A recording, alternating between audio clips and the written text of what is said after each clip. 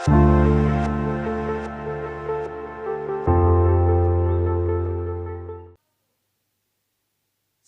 hari Minggu, Bapak Ibu yang terkasih dalam Yesus Kristus. Kita berjumpa kembali di hari Minggu ini, di hari perhentian Tuhan ini.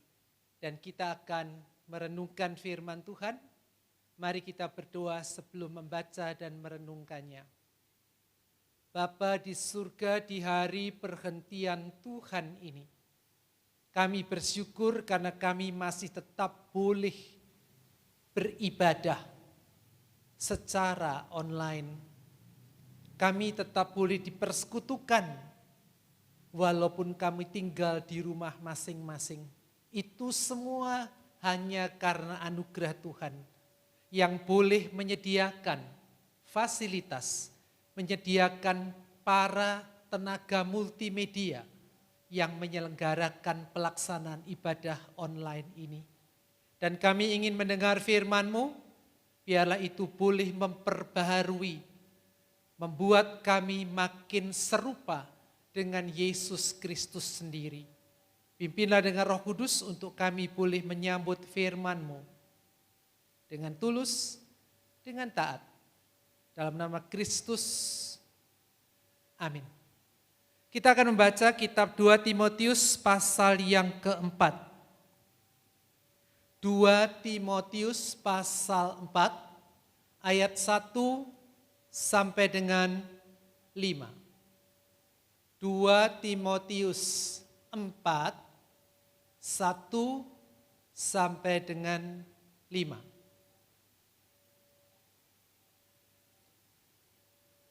Dua Timotius 4, 1 sampai 5, saya akan bacakan. Di hadapan Allah dan Kristus Yesus, yang akan menghakimi orang yang hidup dan yang mati, aku berpesan dengan sungguh-sungguh kepadamu, demi penyataannya dan demi kerajaannya. Beritakanlah firman, siap sedialah, baik atau tidak baik waktunya. Nyatakanlah apa yang salah, tegurlah, dan nasihatilah dengan segala kesabaran dan pengajaran. Karena akan datang waktunya, orang tidak dapat lagi menerima ajaran sehat, tetapi mereka akan mengumpulkan guru-guru menurut kehendaknya untuk memuaskan keinginan telinganya. Mereka akan memalingkan telinganya dari kebenaran dan membukanya bagi dongeng. Tetapi kuasailah dirimu dalam segala hal, sabarlah menderita, lakukanlah pekerjaan pemberita Injil, dan tunaikanlah tugas pelayananmu. Itulah pembacaan firman, berbahagialah mereka yang mentaati dalam hidupnya. Bapak Ibu Saudara sekalian, kalau kita perhatikan akan paling tidak di ayat 1. Ada apa di sini? Sampai Rasul Paulus itu menyatakan satu pernyataan itu dengan 3 ungkapan. Kita perlu tahu dulu bahwa Rasul Paulus di sini berbicara kepada Timotius, anak rohaninya. Orang yang dia percayai untuk boleh menggembalakan, membimbing jemaat di kota Efesus. Tetapi dia mengatakan apa? 1, di hadapan Allah dan Kristus Yesus yang akan menghakimi orang yang hidup dan yang mati. Di hadapan Allah dan Kristus Yesus, itu 1. 2, aku berpesan dengan sungguh-sungguh. Tidak main-main di sini ya. 3, demi penyataannya dan demi kerajaannya. Ada apa ini? Sampai Paulus menggunakan 3 ungkapan, 3 penekanan kepada anak rohaninya, Timotius, kepada sang gembala jemaat di kota Efesus. Ada apa? Dan kita akan lihat, sebelum kita lihat ada apa, Paulus sampai menekankan pakai 3 pernyataan itu, Untuk apa? Mungkin kita berkata, wah Timotius ini bikin pelanggaran, buat kesalahan, sehingga dia harus bertobat macam-macam. Dia malas melayani atau kurang semangat. Nyatanya bukan hal-hal yang nampak tinggi dan berat. Tapi kalau kita perhatikan hal-hal yang sangat sederhana dan mendasar. Yang seorang gembala jemaat, yang seorang anak Tuhan, seorang pelayan, hamba Tuhan, mestinya tahu. Perhatikan ayat 2. Beritakanlah firman. Loh, itu kan kerjaannya hamba Tuhan, beritakan firman. Siap sedialah baik atau tidak baik waktunya. Wah, itu kan kita memang harus melayani Tuhan setiap waktu. Tapi diingatkan, nyatakanlah apa yang salah. Tegurlah, nasihatlah dengan segala kesabaran dan pengajaran. Nah, tugasnya hamba Tuhan menyatakan apa yang salah, menegur dan menasihati. Tapi kenapa Rasul Paulus sampai menggunakan 3 ungkapan di hadapan Allah dan Kristus Yesus, berpesan dengan sungguh-sungguh demi penyataannya, demi kerajaannya. Ada apa? Bapak Ibu saudara-saudara sekalian, di sini kita melihat Timotius ada dalam keadaan goyah. Timotius ada di dalam keadaan malu, takut untuk bersaksi tentang Yesus Kristus. Dia ada dalam keadaan frustrasi dengan pelayanannya. Frustrasi dengan jemaat yang dia layani. Frustrasi dengan keadaan masyarakat. Ada apa? Kalau kita memang mau lebih detail, Bapak Ibu bisa melihat mulai pasal 1 ada. Seharusnya kita baca mulai pasal 1 sampai selesai seluruhnya di pasal 4 ini. Yaitu apa? Yang pertama, bapak rohaninya, Rasul Paulus. Saat itu ada di dalam proses peradilan di kota Roma. Dan orang-orang Kristen, jemaat Tuhan semuanya yakin Rasul Paulus, hamba Tuhan, akan bebas, akan menang. Karena Tuhan menyertai. Tapi nyatanya Rasul Paulus itu harus masuk ke dalam level kedua pengadilan. Dan di level 2 ini tidak sama dengan level 1. Di level 1 dia masih bisa tinggal di rumah di kota Roma sebagai tahanan rumah. Tapi yang kedua ini dia harus masuk di dalam penjara. Dan biasanya kalau sampai masuk di level ini sulit untuk menang. Maka kemudian muncullah perasaan-perasaan bertanya-tanya. Di manakah Tuhan? Betulkah kami ini orang Kristen, jemaat-jemaat ini tidak keliru dalam mengikut Tuhan yang diberitakan oleh Rasul Paulus? Kenapa sang Tuhan itu kok tidak membela, melepaskan hambanya? Maka kalau kita perhatikan di pasal 1 dikatakan ada banyak orang yang meninggalkan aku, kata Rasul Paulus. Timotius juga mulai goyah. 2. Timotius mulai mengalami penekanan-penekanan dari orang-orang Yahudi yang ada di Efesus, yang membenci kekristenan. Dia juga mengalami kesulitan, aniaya, hambatan, derita dari pemerintah Romawi yang dipakai oleh orang-orang Yahudi untuk menekan kekristenan. Ada diungkapkan di pasal 2, ada di pasal 3. Kemudian kita bisa melihat lagi, dia itu jatuh di dalam kondisi capek.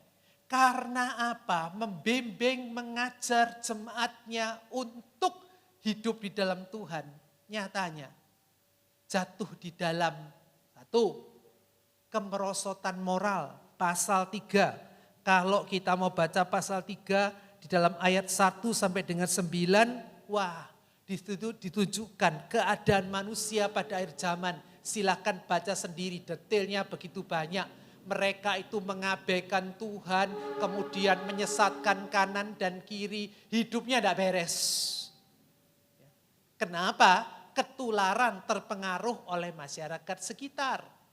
Lalu kemudian dia juga mencapai, jenuh, capek, lelah, merasa pelayanan tidak berhasil karena apa? Ada keributan di kalangan jemaatnya.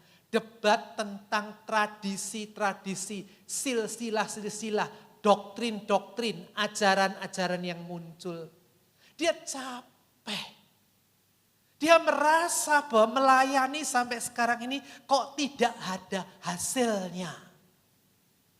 Dia capek. Dan nada-nadanya dia mau mundur juga. Rasul Paulus mendengar itu.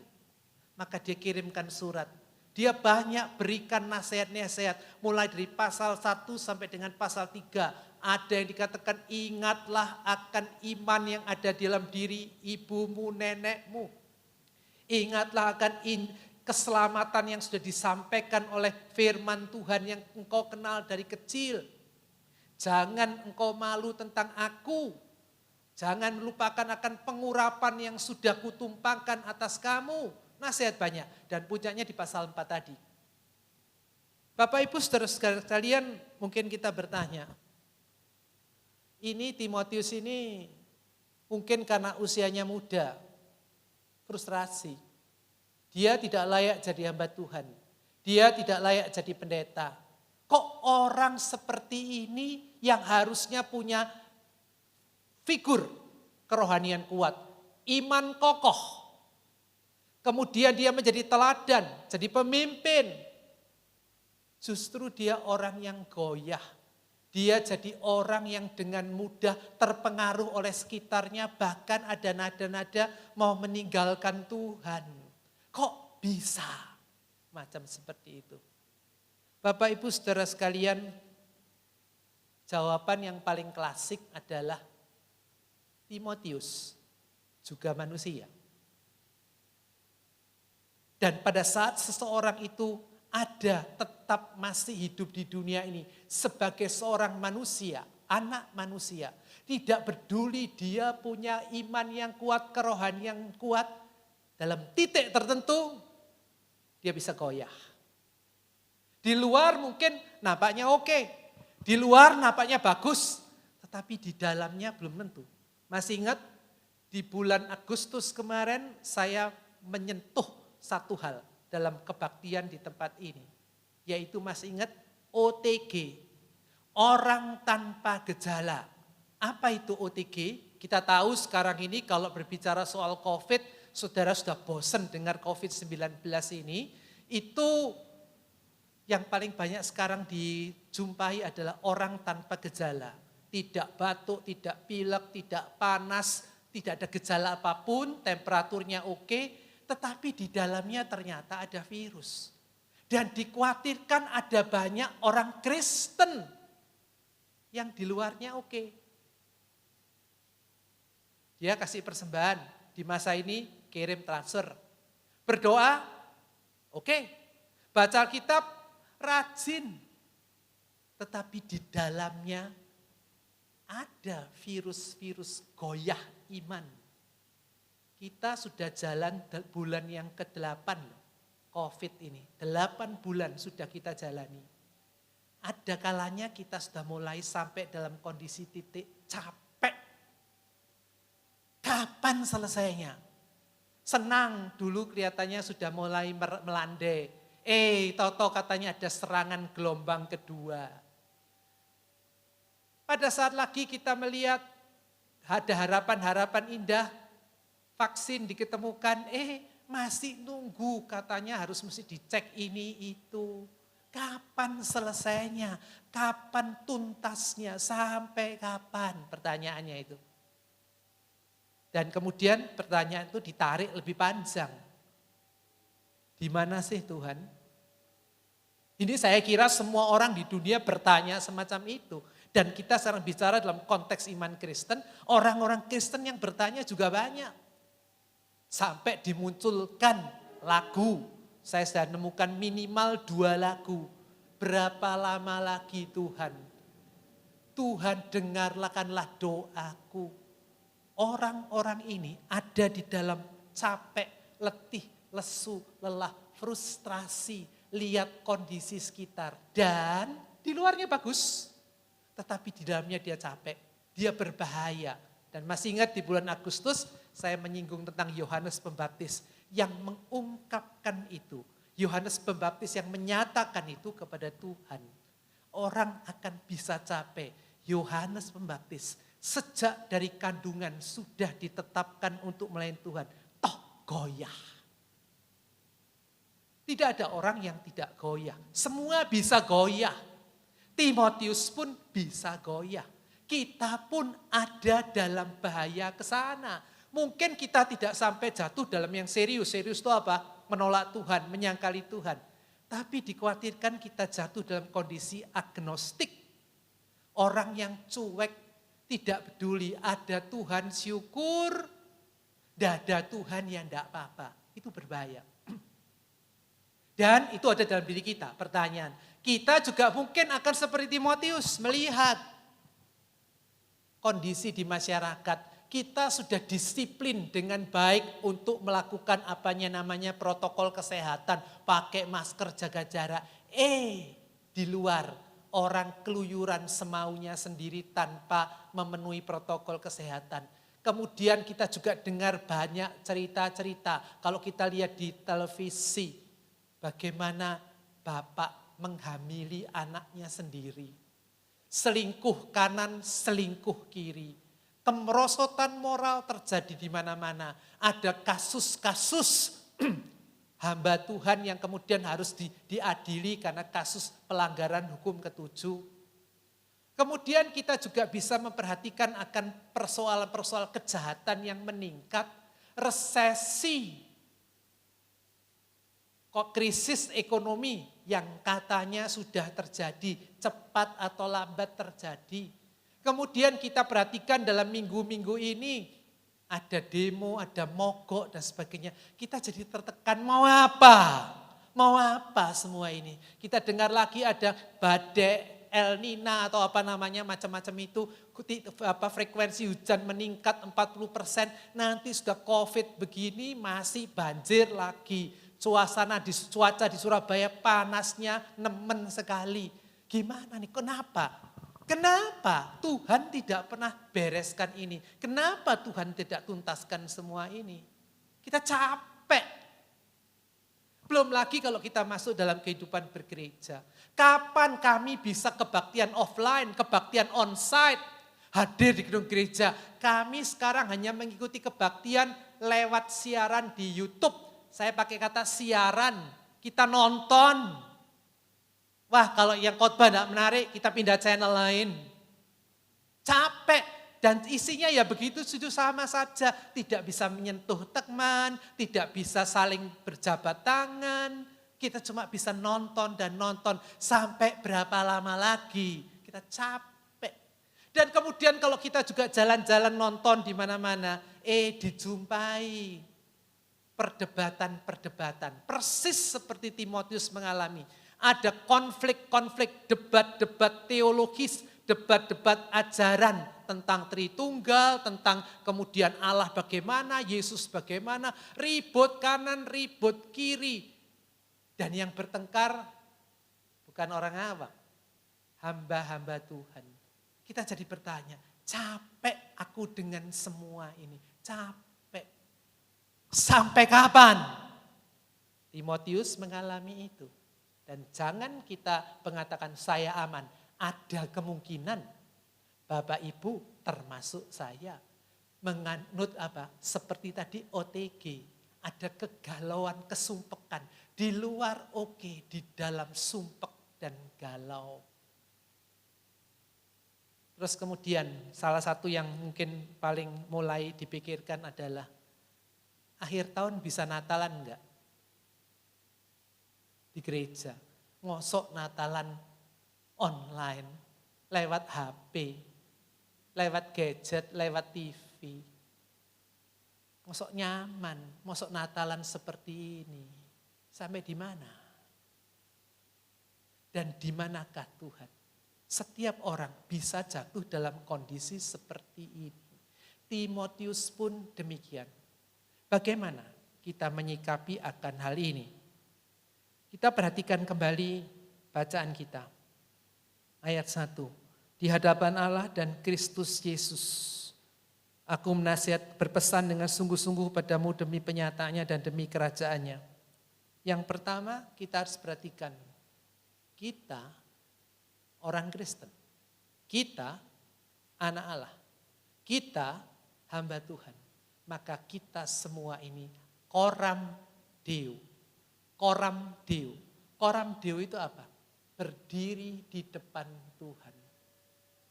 Maka sekarang Timotius diingatkan di hadapan Allah dan Kristus Yesus.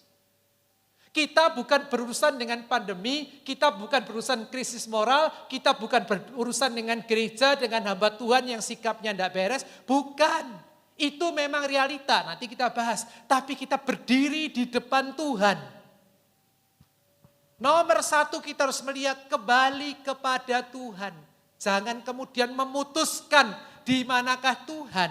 Seakan-akan kita bisa ngatur, bisa maksa, Tuhan harus hadir dan menyelesaikan. Kita itu cuma hamba. Lawannya hamba apa? Tuhan. Tuhan mengatur hamba, bukan hamba mengatur Tuhan. Itu perlu diingat kembali. Kita semua tahu hal ini. Saya kira Bapak Ibu Saudara sekalian tahu akan hal itu. Tapi lihat sekali lagi ya. Timotius pendeta di Efesus diingatkan akan hal ini. Di hadapan Allah dan Kristus Yesus, aku berpesan dengan sungguh-sungguh demi penyataannya, demi kerajaannya. Berdiri di depan Tuhan. Ada apa-apa kita goyah, bicara kepada Tuhan. Biarkan dia bekerja menurut caranya. Kembali catatan ini catatan yang kita sudah sering dengar. Tapi jangan lupa, pendeta Timotius pun dapat peringatan akan hal ini. 2. Ayat 3 dan 4. Akan datang waktunya orang tidak dapat lagi menerima ajaran sehat, mengumpulkan guru untuk kehendaknya untuk memuaskan keinginan telinganya. Mereka memalingkan telinganya dan dari kebenaran dan membukanya bagi dongeng. Apa itu? Menerima realita. Kita harus belajar untuk menerima realita. Di dalam gereja dan di luar gereja, pengikut Kristus bukan pengikut Kristus. Yang hidupnya tidak benar, keruwetan, konflik-konflik yang terjadi. Jangan lupa, itu kondisi di dunia ini. Tidak peduli Kristen, tidak Kristen, tetap manusia yang bisa hidupnya tidak beres. Termasuk menerima realita, kita bisa goyah iman. Belajar untuk menerima itu. Loh tapi kan saya harus dijaga dan dilindungi Tuhan, saya aman-aman saja. Jangan lupa, Yesus sendiri pun mengalami penolakan.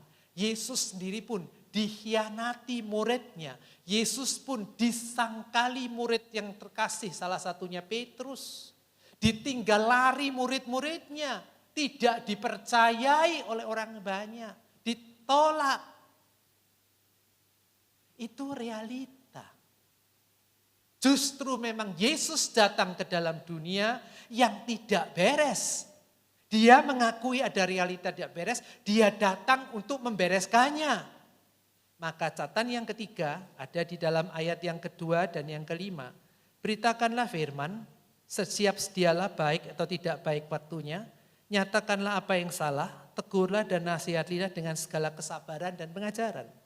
Kuasailah dirimu dalam segala hal, sabarlah menderita, lakukanlah pekerjaan pemberita Injil, dan tunaikanlah tugas pelayananmu. Nah, kita perhatikan apa di sini? Apa yang menjadi tugas panggilan dari Tuhan bagi kita, kerjakan. Kita bangkit dari kondisi bahwa kita ini sedang ada masalah, ada problem, kecewa. Kita keluar karena kita sudah berdiri di hadapan Tuhan. Kita menerima realita sekitar kita, dunia ini tidak beres, maka kita justru mendapat pengingatan kembali seperti Timotius sang pendeta diingatkan kembali. Beritakanlah firman baik waktunya atau tidak baik waktunya. Kembali, dan itu Tuhan tidak minta yang muluk-muluk. Hal yang dasar, memberitakan firman, nyatakanlah yang salah. Itu sesuatu yang dasariah yang semua orang Kristen mesti lakukan. Lakukan itu. Sudah ada orang berkata, tapi tidak ada hasilnya. Jangan berpikir untuk kita mendapatkan hasil. Kita cuma utusan-utusan Tuhan yang memberitakan Injil, memberitakan kebenaran Kristus. Tapi kita tidak punya hak untuk mengambil hasilnya. Yang menuai hasilnya biar Tuhan. Kita cuma menanam, menabur, dan biarkan itu tuaian diambil oleh Tuhan. Kita tidak bisa mengharapkan kita akan berhasil. Jangan bangga bahwa kita sudah berhasil menginjili orang, sudah mengembalikan orang yang ke jalan yang benar. Itu hasilnya bukan milik kita. Hasilnya untuk orang itu sendiri dan hasilnya yang terakhir nanti Tuhan dimuliakan. Itu untuk Tuhan. Kita sudah apa sih? Kita tidak dapat apa-apa, kita sudah mendapatkan keselamatan, kepastian keselamatan. Jangan berharap kita harus memenangkan, mendapat hasil. Itu tidak benar. Mungkin kita bisa menginjili, gagal, tidak apa-apa. Yang penting firman sudah disampaikan. Dan kemudian perhatikan kalimat baik atau tidak baik waktunya, beritakanlah firman. Apa yang dimaksud di sini? Kita mungkin berkata, saya mau bicara Injil, tapi kayak apa? Kalau tidak ketemu orangnya, tidak enak itu. Enak ketemu orangnya muka dengan muka itu enak. Kalau pakai telepon, pakai WA, pakai chatting kok kurang nyaman. Nah ini, baik atau tidak baik waktunya. Dalam kondisi apapun, dengan cara apapun, kita lakukan. Dengan cara yang biasanya kita lakukan, atau yang tidak biasa kita lakukan, mari kita coba lakukan. Lah bentuknya apa? Saya tidak bisa menjawab bentuknya apa. Karena apa? Tiap orang punya keunikan, punya kekhasan, punya talenta, punya potensi, punya karunia yang berbeda-beda. Orang yang satu bisa pakai telepon saja. Orang yang lain bisa pakai YouTube. Orang yang lain bisa pakai WA. Orang yang lain masih bisa berkunjung ke sana kemari. Kenapa kita tidak mencoba dengan cara kita? Apa caranya? Saya tidak tahu. Tiap orang sekali lagi punya kekhasan, punya keunikan. Maka tadi dikatakan beritakanlah firman baik atau tidak baik waktunya. Caranya temukanlah. Pendekatannya carilah sendiri. Juga kalau nanti kita akan memperingati Natal, di mana dalam Natal kita memberitakan akan Injil Kristus, Kristus yang datang menyelamatkan. Kita biasanya undang orang datang di gereja, nanti ada makan, minum. Sekarang kita punya cara modelnya lain. Silahkan siapa orang yang kita dekati, apa yang menjadi kebutuhannya, kita jangkau, kita sentuh dia sesuai dengan kondisinya, dan sesuai kemampuan kita. Pikirkan itu, mumpung kita masih di awal Oktober, pikirkan nanti Natal kalau kami tidak bisa kebaktian di gereja, tidak bisa lagi pelayanan ngejak teman-teman ke gereja, caranya gimana? Pikirkan mulai dari sekarang. Banyak berdoa kepada Tuhan, tanya, banyak mengamati kemampuan diri, banyak mengamati akan kebutuhan siapa yang akan kita kenalkan Kristus kepadanya. Belajar untuk itu. Bapak, Ibu, saudara-saudara sekalian, ada yang berkata, yang nasihati enak aja, sing khotbah enak aja. Rasul Paulus enak saja ngomong begitu, tapi dia kan tidak merasakan bagaimana dirinya goyah. Disinilah saudara sekalian, saya ajak untuk melihat catatan yang tadi di awal saya katakan, Timotius manusia, Rasul Paulus juga manusia. Perhatikan Efesus pasal 6. Saya akan bacakan Efesus 6 ayat yang ke-18 sampai dengan 20. Efesus 6, 18 sampai dengan 20. Berdoalah setiap waktu di dalam roh dan berjaga-jagalah di dalam doamu itu dengan permohonan yang tak putus-putusnya untuk segala orang kudus. Juga untuk aku. Ya, berdoalah dengan doamu dengan permohonan tak putusnya untuk segala orang kudus, juga untuk aku. Untuk apa? Untuk Rasul Paulus. Buat apa? supaya kepadaku, jika aku membuka mulutku, dikaruniakan perkataan yang benar, agar dengan keberanian aku memberitakan rahasia Injil yang kulayani sebagai utusan yang dipenjarakan. Berdoalah supaya dengan keberanian aku menyatakannya, sebagaimana seharusnya aku berbicara. Rasul Paulus bisa takut, bisa tidak berani memberitakan Injil Kristus. Dia bisa mengajar salah, maka dia berkata, doakan supaya aku dikaruniakan perkataan yang benar, berani untuk memberitakan Injil. Dia membutuhkan dukungan saudara seiman. Semua umat Tuhan tetap manusia, termasuk pendeta, hamba Tuhan, siapapun, bisa goyah imannya, bisa lemah, bisa jatuh. Tokoh Alkitab, Paulus, Yohanes Pembaptis, Elia, Musa, bisa demikian. Daud juga bisa begitu, Abraham juga begitu. Karena itu kuncinya apa? Saling mendoakan.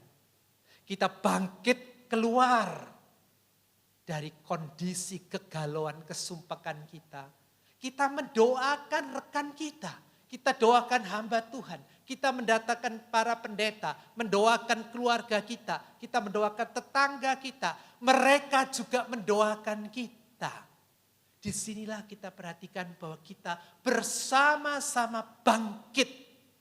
Untuk tetap menyaksikan Kristus. Memberitakan Injil baik atau tidak baik waktunya. Sekali lagi, bersama-sama dalam satu kesatuan tubuh Kristus. Saling melengkapi, saling menguatkan untuk bersama-sama menyaksikan Kristus. Untuk bersama-sama bertumbuh ke arah kepala gereja.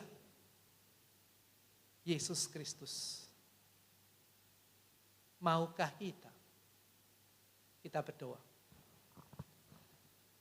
Bapa di surga, tidak ada manusia yang sempurna. Kami anak-anak Tuhan, dengan segala posisi, profesi, jabatan, tugas, pelayanan, kami bisa goyah. Tuhan, di dalam kondisi bisa goyah kami bersyukur.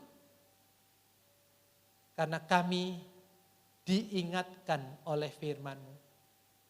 Kami punya saudara seiman, supaya kami dengan dia saling mendoakan, saling memperhatikan, supaya kami kembali kepada melakukan tugas panggilan yang Tuhan percayakan kepada kami.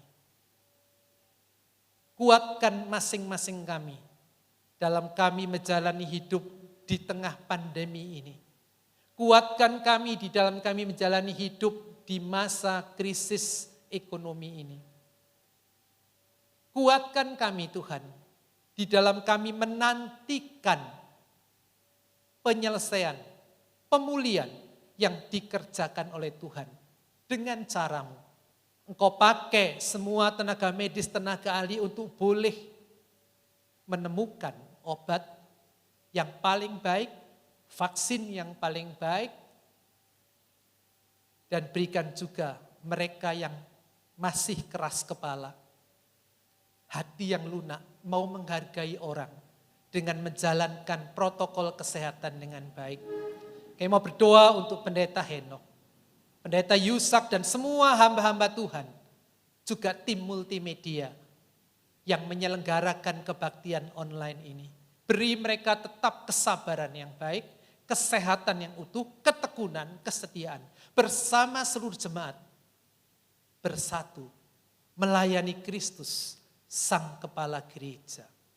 Terpujilah nama Bapa, Yesus dan Roh Kudus. Amin.